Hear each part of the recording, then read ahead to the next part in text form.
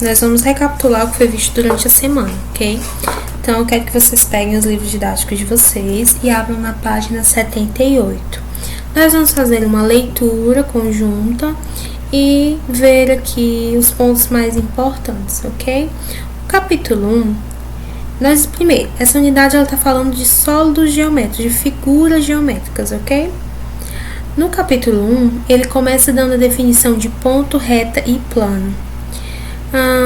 Dando a definição, só que ponto, reta e plano, eles são uma ideia intuitiva. Nós temos ideia do que seja um ponto, reta e plano, uma noção. Como assim, tia? Ninguém vai dizer para você, um ponto, ele vai ter uma definição formal do que é um ponto. Você tem noção. Um furo numa folha de papel te lembra o quê? Um ponto. Eu pego uma caneta, marco a folha de papel, me lembra um ponto. Então, o ponto, você só vai ter uma noção intuitiva, uma noção do que é, ok? E a reta? A reta é como vários pontinhos, bem juntinhos, tão juntinhos um do lado do outro, que formam uma reta. Deixa eu apagar aqui esse quadro. Vou marcar um ponto. Aqui, um ponto, um ponto. Isso aqui é um ponto. Tem uma ideia do que é, uma intuição do que é. E uma reta. Imagine vários pontinhos, tão pertinhos um do lado do outro, vão formando infinitos pontos, vão formando uma reta. Aqui é um pouco ruim de desenhar uma reta. Vamos tentar. Pronto, até que foi, né? Então, aqui um ponto, aqui uma reta. E um plano? Um plano, vocês podem imaginar como sendo uma folha de papel infinita, assim, ilimitada, sabe? Pronto, então essas são as noções de ponto, reta e plano, bem simples, né? Vou voltar aqui para o nosso livro. Aqui, a mocinha nos dá exemplos de coisas no nosso dia a dia que nos lembram retas, pontos e planos. Por exemplo, a corda do berimbau, bem esticada, dá a ideia de reta. Exatamente. Essa corda esticada nos lembra uma reta. Cada estrela no céu nos lembra um ponto. E um campo de futebol nos lembra um plano. Então, dá para assimilar bem essa ideia? Um ponto, uma reta e um plano. Um plano é como se fosse uma folha de papel ilimitada. Aqui, obviamente, não está ilimitada. Mas imagine, sem fim, para cá, para esse lado, aqui para baixo, sem fim, limitada. Esse seria o nosso plano. Tudo bem até agora? Continuando. Aqui ele faz algumas perguntinhas bem simples. O que ele fala também? Que o ponto ele não tem dimensão. Quais são as dimensões que nós conhecemos? Comprimento, largura e altura. O ponto tem alguma dessas dimensões? Não. Então, o ponto não tem dimensões. A reta. Reta, gente, ela não tem começo e nem tem fim. Ela é infinita para ambas as direções. Ela não tem origem e nem tem final, tá certo? Como é que a gente desenha uma coisa que não tem origem nem final? Você só vai fazer uma representação, né? Olha aqui como ele representou essa reta. Reta R, reta S. As retas, elas são representadas por letras do alfabeto minúsculas, tá bom? Então, a reta é infinita, não tem começo nem tem fim. E o plano? O plano também é ilimitado em todas as direções, com uma grande folha de papel enorme, ilimitada. E o plano é indicada por letras minúsculas de outro alfabeto, do alfabeto grego. Essa letrinha aqui, que parece um A, a gente chama de alfa. Essa que parece um B, de beta. E essa que parece um Y, de gama. X veio da onde? Do alfabeto grego, tá? Então, recapitulando. O ponto, nós temos o ponto, que ele não tem dimensão nenhuma. Ele não tem comprimento, não tem largura, não tem altura. Ele é indicado, veja bem, por uma letra do alfabeto. Mas essa letra é maiúscula, tá? E a reta? A reta, ela não tem começo e nem tem fim. E é representada por uma letra do alfabeto, só que minúscula. E o plano? O plano é como se fosse uma grande folha de papel ilimitada para todas as direções e ela é representada por uma letrinha do alfabeto grego. Geralmente, esse aqui lembra o A, que é o alfa, o beta ou o gama. Tudo bem até agora? Só noções simples, tá? Aqui ele vai se aprofundar um pouco mais na reta. Só colocar aqui para a tela cheia. Pronto, espero que esse esteja bom. Capítulo 2, a reta. Página 80. Pronto, o que ele fez aqui? Ele desenhou um ponto. Ele desenhou um ponto P, aqui, ó. E passou algumas retas por esse ponto P. Só que ele entendeu o seguinte: por um ponto P, ele passa infinitas retas. Por um ponto só, você pode passar infinitas retas. E por dois pontos, interessante, por um ponto só você passa infinitas retas. Só que por dois pontos você só consegue passar uma reta. Tente, coloque no seu caderno dois pontinhos. Coloque no seu caderno dois pontos e tente ponto A, ponto B. Vou tentar aqui, vou tentar passar mais de uma reta por esses dois pontos. Vai dar certo? Não vai. Só consigo passar uma reta. Se você tentar passar outra, vai passar por cima dessa e vai ser a mesma reta. Então, por dois pontos, só passa uma reta. E por um ponto só, passam infinitas retas. Quantas você quiser. Por um ponto só, passam infinitas retas. Tudo bem até aí? Por um ponto passam infinitas retas, por dois pontos só passa uma. Posições relativas de duas retas em um plano. Isso aqui nós ainda vimos em sala de aula, quando a gente trabalha localizações, mapas, aquelas questões de se localizar em ruas, etc. É muito comum você ouvir falar que uma rua é paralela à outra. Ah, eu vou na rua, deixa eu pensar, na rua Raimundo Agostinho é paralela à rua São Luís. O que significa ser paralelo à outra? Vamos observar essa ilustração que tem aqui no livro. Vou dar um zoom. Observem, né, no livro de vocês. Opa.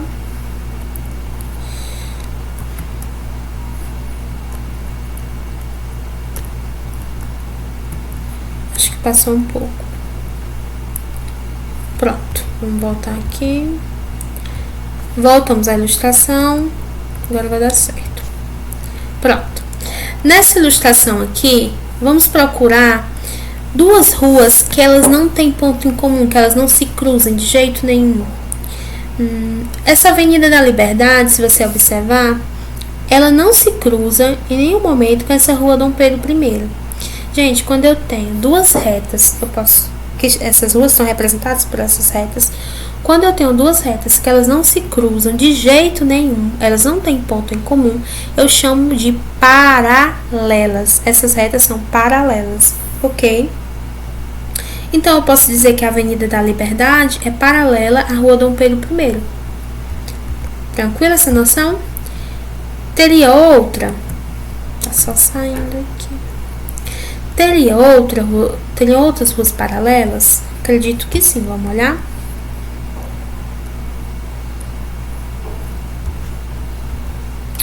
Observe que a Avenida República e a Rua 7 de Setembro, elas também não se cruzam em ponto nenhum. A Avenida República e a Rua 7 de Setembro. Então, se elas não se cruzam em nenhum momento, elas são paralelas. Aí você pode dizer, tia, mas as retas elas são infinitas, não são? São, mas elas continuam na mesma direção. Se eu continuar desenhando aqui, gente, essa rua e essa, em algum momento ela vai se cruzar? Não. Então, elas são paralelas. Tudo bem? Bom, a gente já viu exemplos de ruas paralelas. Vamos olhar agora de ruas que se cruzam. Como que recebe o nome ruas que se cruzam? Que tem ponto em comum.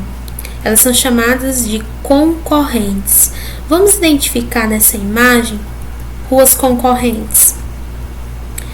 Observe aqui que a Rua 7 de Setembro, ela se cruza com a Avenida da Liberdade. Então, eu posso dizer que elas são concorrentes. Aqui, elas têm um ponto em comum, elas estão se cruzando. Se estão se cruzando, elas são concorrentes. Tudo bem? Ruas paralelas não se cruzam de jeito nenhum, não tem ponto em comum. E ruas concorrentes se cruzam em algum ponto. Aqui ele dá um exemplo para vocês.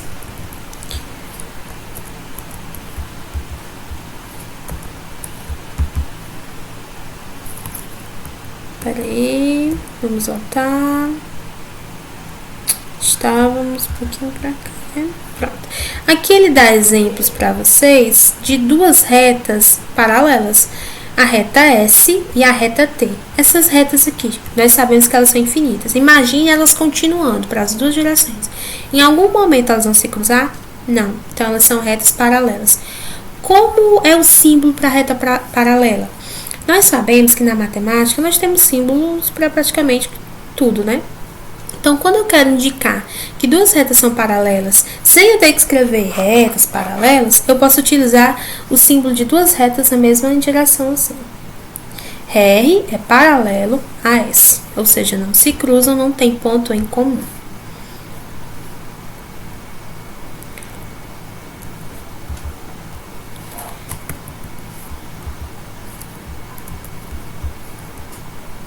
Retas concorrentes. As retas R e T, contidas em alfa, quando diz contido, está dentro de um plano, certo? Lembre que essas letrinhas gregas, elas representam os planos, que são planos como se fossem folhas de papéis ilimitadas, né, em todas as direções. Então, quando as duas retas, elas se cruzam, elas são concorrentes. E elas se cruzam aonde? Em um ponto. Essa reta R e essa reta T, elas se cruzam em que ponto? No ponto A. Qual é o símbolo? Quase um X assim, ó. R é concorrente a T.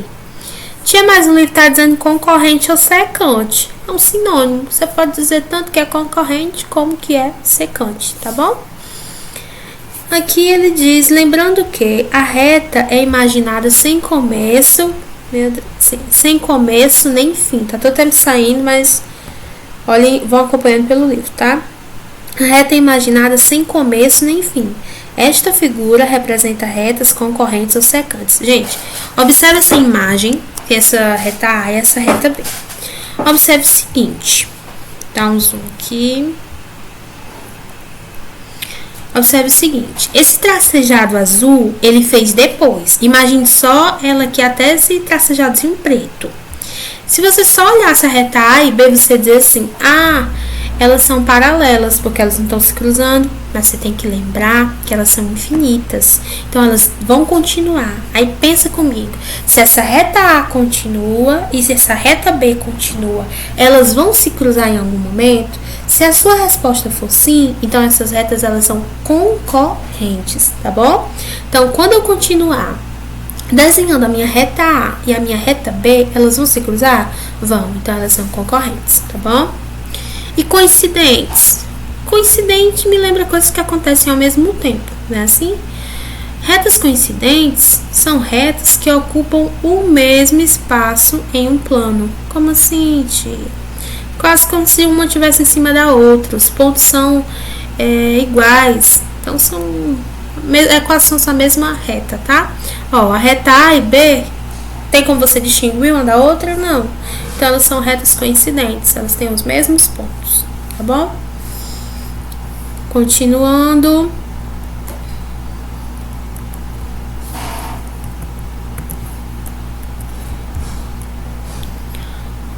Continuando, ele traz algumas atividades. Bom, vamos a essa questão 1. São dados dois pontos distintos. Distinto significa diferente, tá?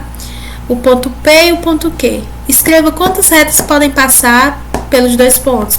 Pelo ponto P e também pelo Q. Isso a gente viu lá no começo, né? Por dois pontos só passam quantas retas? Apenas uma única reta. Tenta fazer no teu caderno para você tirar a prova dos 9. Questão 3. Vamos fazer essa questão 3? Observe a figura abaixo e dê a posição relativa das retas. A reta A e B. Gente, a reta A e B, elas vão se cruzar em algum momento. Se você só olhar a imagem, você vai dizer, não estão se cruzando, mas você tem que lembrar que elas são infinitas. Então, quando elas continuarem, elas vão se cruzar em algum momento. Se a sua resposta for sim, então elas são o quê? Concorrentes. Elas vão, nesse caso, vão sim. Se eu continuar aqui, ó, desenhando a reta A, e eu continuar desenhando a reta B, elas vão se cruzar. Portanto, elas são concorrentes. A reta A e C, aqui, ó, estão se cruzando nesse ponto, então elas são concorrentes.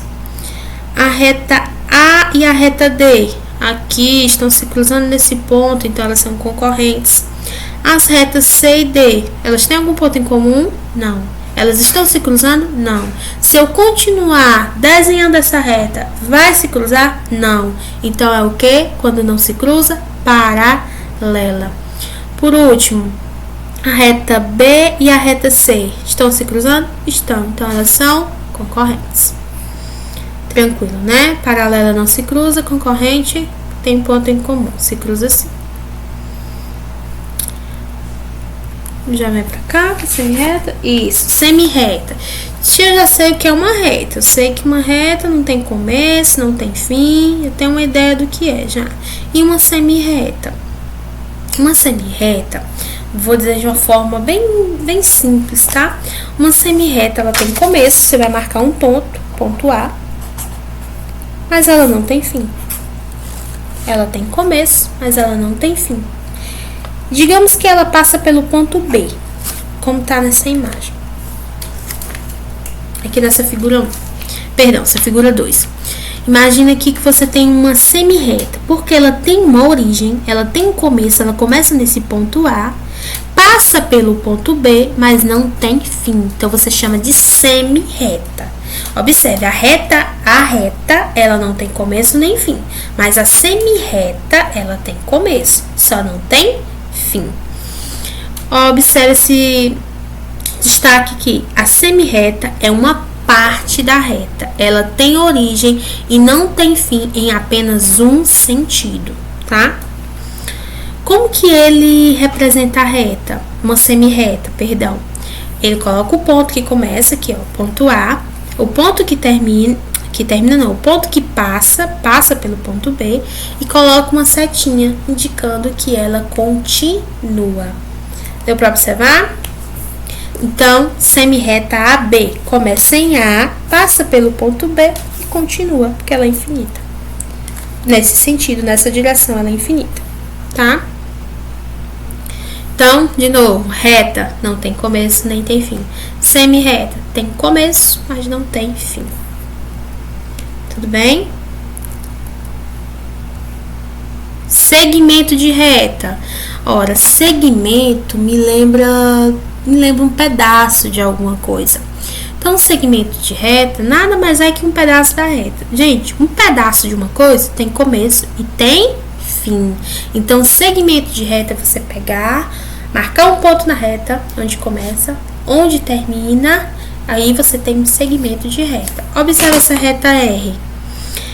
Ele marcou aqui o ponto A, marcou o ponto B e pegou esse pedaço. Então, ele pegou um segmento dessa reta. Então, AB é um segmento de reta. Como é que você representa? Cuidado para você, na hora de representar o segmento de reta, não confundir com a semi-reta. A semi-reta tem começo, mas não tem fim. Então, a gente tem que colocar aquela direção, indicando que não tem fim. No segmento, eu só coloco um tracinho em cima. Começa em A, termina em B, passa um tracinho, ou seja, um pedaço. Se é um pedaço, tem começo e tem fim, né? AB. Segmento AB. Eu posso escrever segmento AB ou posso só colocar o símbolo, né? Quando é uma semi-reta, eu tenho que colocar uma retinha, uma reta indicando que continua, né? Continua para aquele sentido, tá bom? Então, reta não tem começo nem tem fim. Semi-reta tem começo, mas não tem fim. E segmento de reta é um pedaço. Tem começo e tem fim. Simples, né? Segmentos consecutivos e colineares. Vamos lá, gente. Aqui nós temos vários segmentos. Vamos entender o que é esse segmento consecutivo? Você vai ver como é simples. Vamos observar o segmento AB. segmento, ele tem extremidades. O que é uma extremidade? Se eu colocar esse controle aqui na pontinha da mesa, eu coloquei na extremidade da mesa, na ponta da mesa. Então, A é uma extremidade desse segmento e B é outra, certo? E o segmento BC, quais são as extremidades? B e C. Quando você tem dois segmentos que estão compartilhando uma extremidade, a gente chama de consecutivo. Já não entendi? De novo. O segmento AB e o segmento BC, concorda que eles estão compartilhando o ponto B? Segmento AB e BC, mesma letra. AB e BC. Eles estão compartilhando a mesma extremidade. Então, eu chamo eles de consecutivo. Mais um exemplo.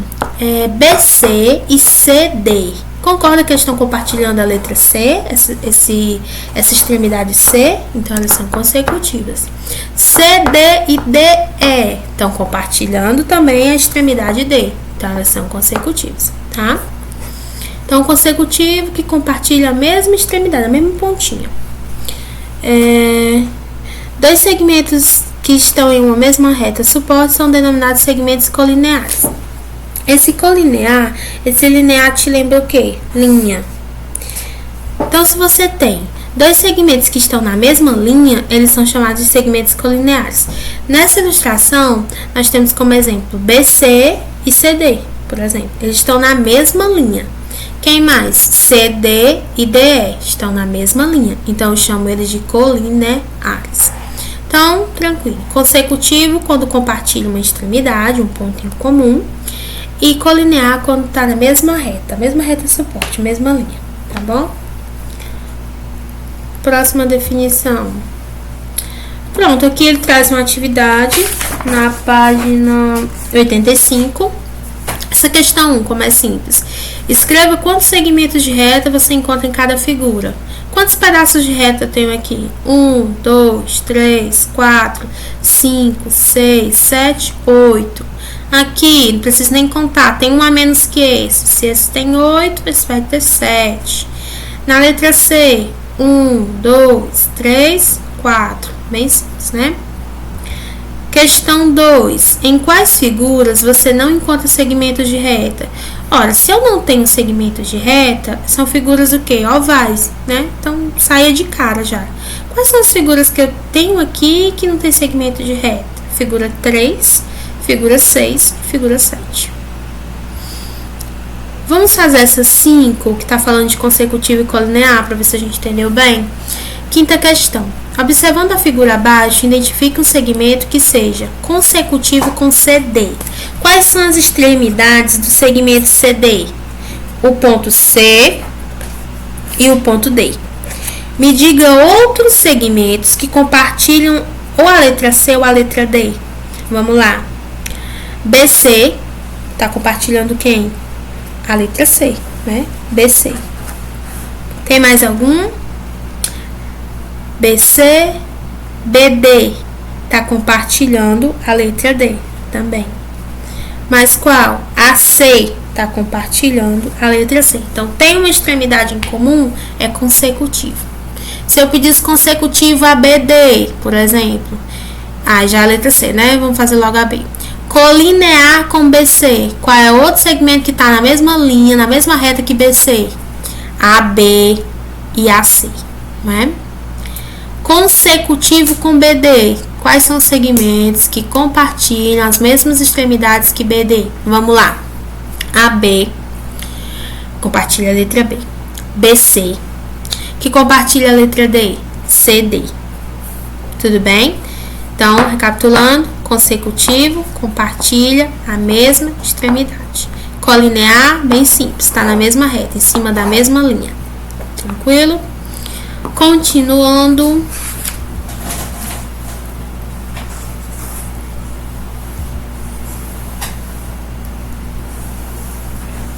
Isso aqui a gente pode passar, não foi visto. Figuras geométricas, capítulo 3, página 89. Pronto, aqui vocês vão ver, já devem ter feito a leitura, lembrando que aqui nós estamos recapitulando para esclarecer alguns pontos. Figuras geométricas, nós temos figuras geométricas planas e figuras geométricas não planas. Nós vimos que o plano, nós podemos imaginar como uma folha de papel ilimitada em todas as direções.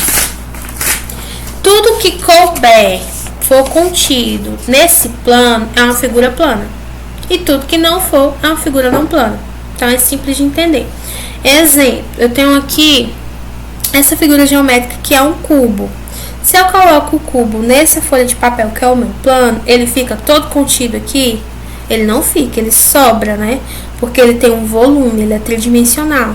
Então, essa figura geométrica, ela não é plana, é um sólido geométrico, tá?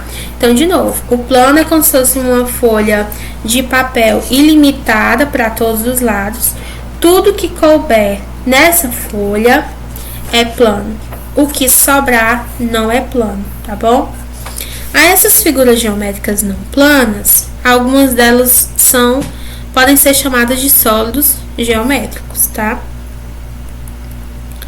Pronto, então essa primeira parte aqui, ele dá apenas exemplos de figuras que são planas e figuras que não são planas. Figuras planas, se vocês trabalharam os polígonos, quadrado, triângulo, retângulo, se você fizer aqui, vai caber numa folha de papel, é plano. Figuras que não são planas, um cubo, um bloco retangular, um cilindro, se eu colocar aqui em cima, vai sobrar, então não é plano, tá? Então é fácil de entender. Nessa atividade da página 90, alguns alunos ficaram com dúvida nessa questão 1 e 2. A questão 1, ele pede o seguinte: pense no mundo em sua volta e liste objetos da natureza ou construídos pelo homem que lembram figuras geométricas. Coisas que você tem ao seu redor que te lembram figura geométrica. Por exemplo, um copo. Um copo me lembra um cilindro. Então, você colocava lá, questão 1, um copo que me lembra um cilindro. Um livro. Um livro ele vai me lembrar um bloco retangular. Então, você colocava um livro que lembra um bloco retangular. Uma bola que lembra uma esfera. E assim por diante, tá? A questão 2, ela tem a ver com a questão 1. O que é que ela pede? Na figura 1, você citou objetos que lembram figuras geométricas. Na figura 2, você vai classificar esses objetos em figuras planas e figuras não planas. Vou utilizar os exemplos que eu usei.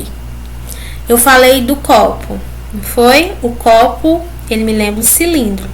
Agora eu tenho que dizer, é uma figura plana ou não? Imagina o cilindro nesse plano. Ele cabe todo aqui? Não. Então, não é plano. Qual outro exemplo? A bola, né? Que me lembra uma esfera. Se eu colocar aqui, também vai sobrar. Então, não é plano. Um sólido geométrico, né? Assim. Um exemplo de alguma figura plana.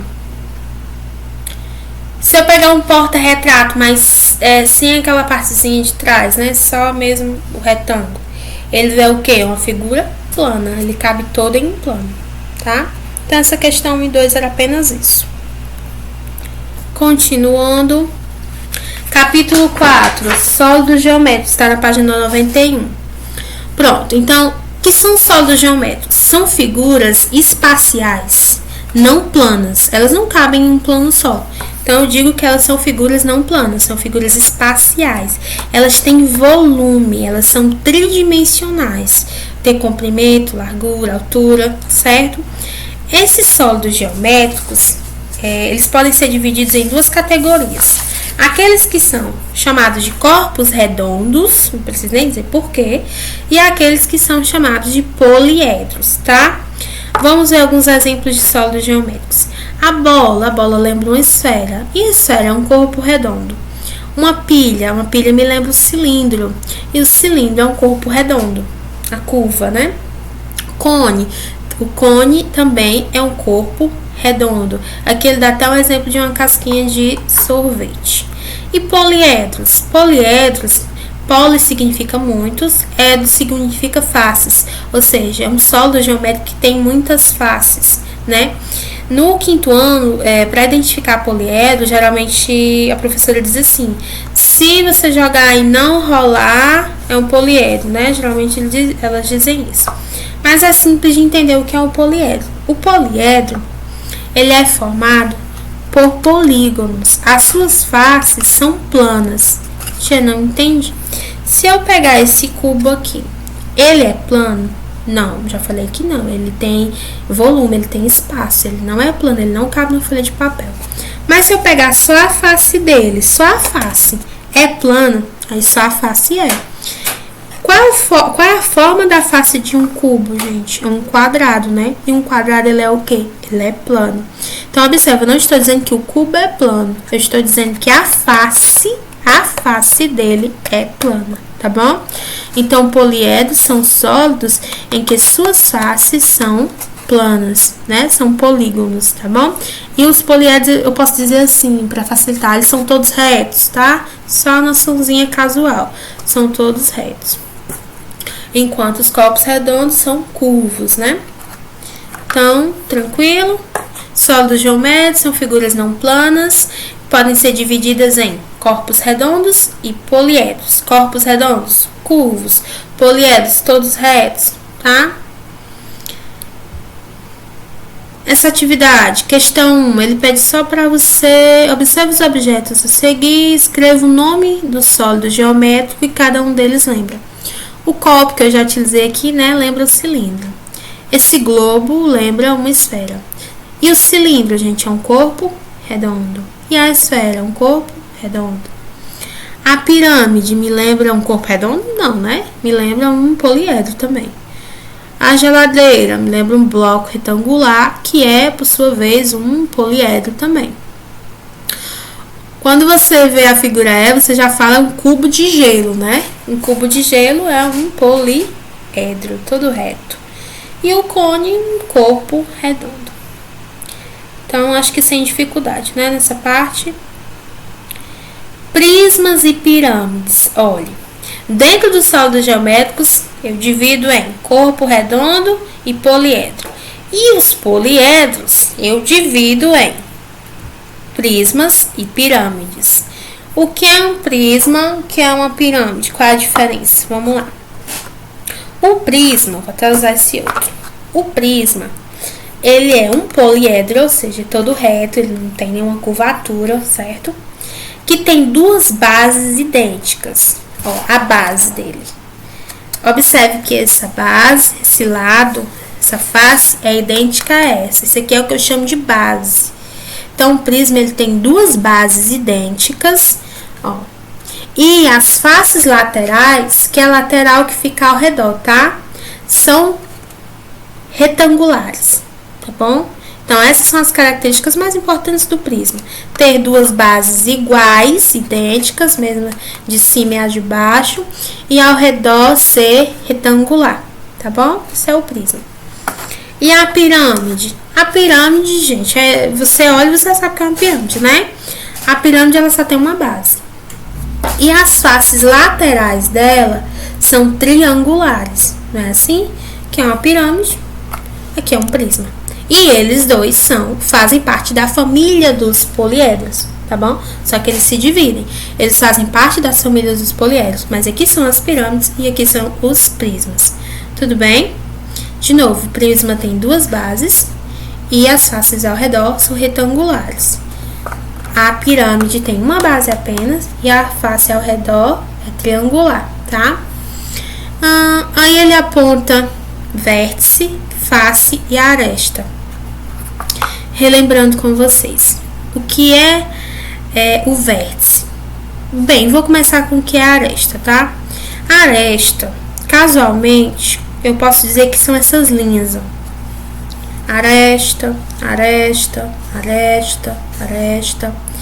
Mas, com a definição melhor, eu posso dizer que a aresta é o encontro de duas faces. Onde é que essa face está se encontrando com essa? Nessa linha. Então, aqui é uma aresta. A aresta é um encontro de duas faces, tá bom? E os vértices, eu posso dizer que são os pontos, as pontinhas. As pontinhas são os vértices, tá? Geralmente vocês lembram assim, a aresta é a linha, vértices são os pontos.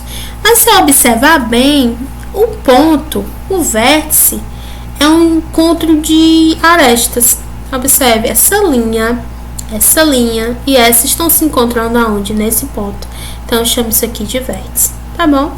Então, arestas são as linhas e vértices são os pontos. E as faces? As faces são como os lados, né? Vamos dizer assim. Ok, então, tudo bem até esse ponto.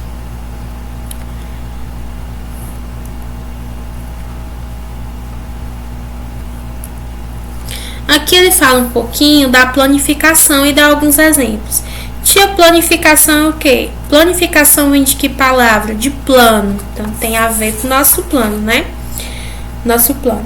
Quando eu pego um sólido geométrico e eu abro ele, eu desmonto, eu tenho a planificação desse sólido. Observe nas imagens do livro de vocês que ele faz isso com esses poliedros A, B, C e D, né? Ele abre. Quando ele abre, ele planifica. Por que que ele planifica? Porque agora aberto, ele cabe no nosso plano, tá bom? Simples, né? Vamos dar uma olhadinha nessa seção Pense e Responda. Observe os poliedros acima e suas superfícies planificadas e monte um quadro para cada um deles que contém as seguintes informações. Eu vou fazer com vocês, ele quer que você faça com poliedro A, B, C e D. Eu vou fazer com vocês poliedro A, tá bom? Vocês me ajudam, vão contando aí, tá? O poliedro A, ele pede que você diga o número de lados da base do poliedro. Olhe, a base que fica em cima e embaixo, tá? Aqui ao redor é lateral. Vamos contar. 1, 2, 3, 4, 5. Então, a base desse poliedro tem 5 lados, ou seja, um pentágono, concorda? Número de faces. Vai ter 2 bases, você conta com a base, tá? Não sei que não peça. 2 bases. E quantas faces laterais? 5, né? 1, 2, 3, 4, 5. Então, no total dá 7 faces, tá bom? Aí, observe que agora ele pede o número de faces laterais. Se é lateral, ele quer só as faces que tem ao redor. Ele não quer a base. Se ele tá dizendo que é lateral, ele só quer as faces que tem ao redor. São 5, né? Nós já contamos. Se são 7, eu tiro as 2 bases, dá 5. Número de arestas. Eu vou dar um zoom para ver se facilita. É mais difícil de contar a aresta, né? Vamos lá, tentar. As bases eu já sei que tem 5, porque tem 5 lados. 1, 2, 3, 4, 5. Vamos contar as laterais. 6, 7, 8, 9, 10. Esqueci alguma? 1, 2, 3, 4, 5. Com 5 de cima, 10. Com 5 de baixo, 15. Tô contando 15. Se eu cometer um erro, coloca nos comentários. Acho que é 15. Pronto. Vamos passar pro próximo quadrinho, que ele quer que preencha. Número de vértices do poliedro. Vamos lá, que o vértice é fácil de você contar. 5 em cima, 1, 2, 3, 4, 5. E embaixo não é idêntico? Então, mais 5 embaixo, que dá 10. 10 vértices. Eu acho que deu certo, tá? Se tiver algum erro, comenta. Pronto. Os outros poliedros, vocês vão fazer seguindo esse exemplo, tá bom? Continuando. Tem mais alguma definição pra gente ver? Sim. Para finalizar a aula, eu vou falar um pouquinho só da parte da nomenclatura, tá? Nomenclatura me lembra nome, né? Como dar nome a esses prismas e a esses poliedros. O nome que eles vão ganhar. Você não vai dizer só assim, é um prisma. É um prisma o quê? Né? Eu preciso definir. Uma pirâmide. É uma pirâmide o quê? Quem é que vai dar nome a esse prisma? Quem é que vai dar nome a essa pirâmide? É a base, tá bom? Bem simples. Essa pirâmide, eu vou chamar ela de quê?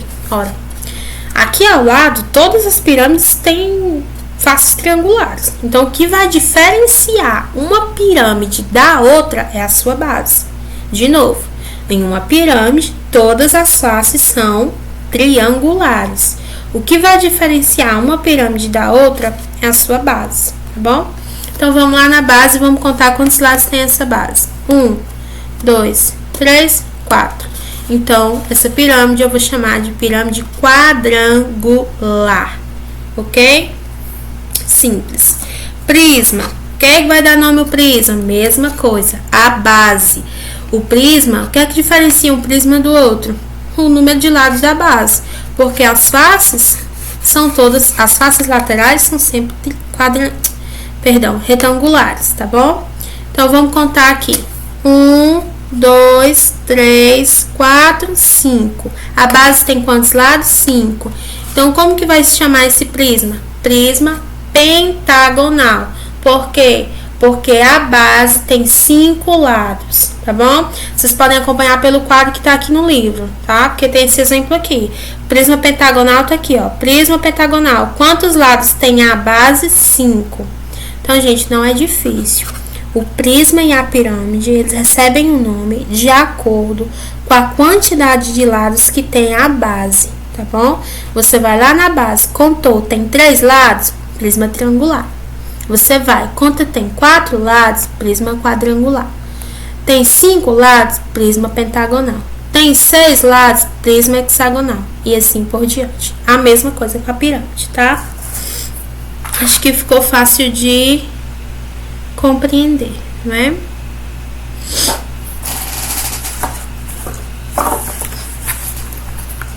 Eu esqueci de mostrar. Nós temos esse prisma aqui que ele é triangular, né? Ele tem 2 bases idênticas, que é o triângulo, e as suas faces laterais são retangulares.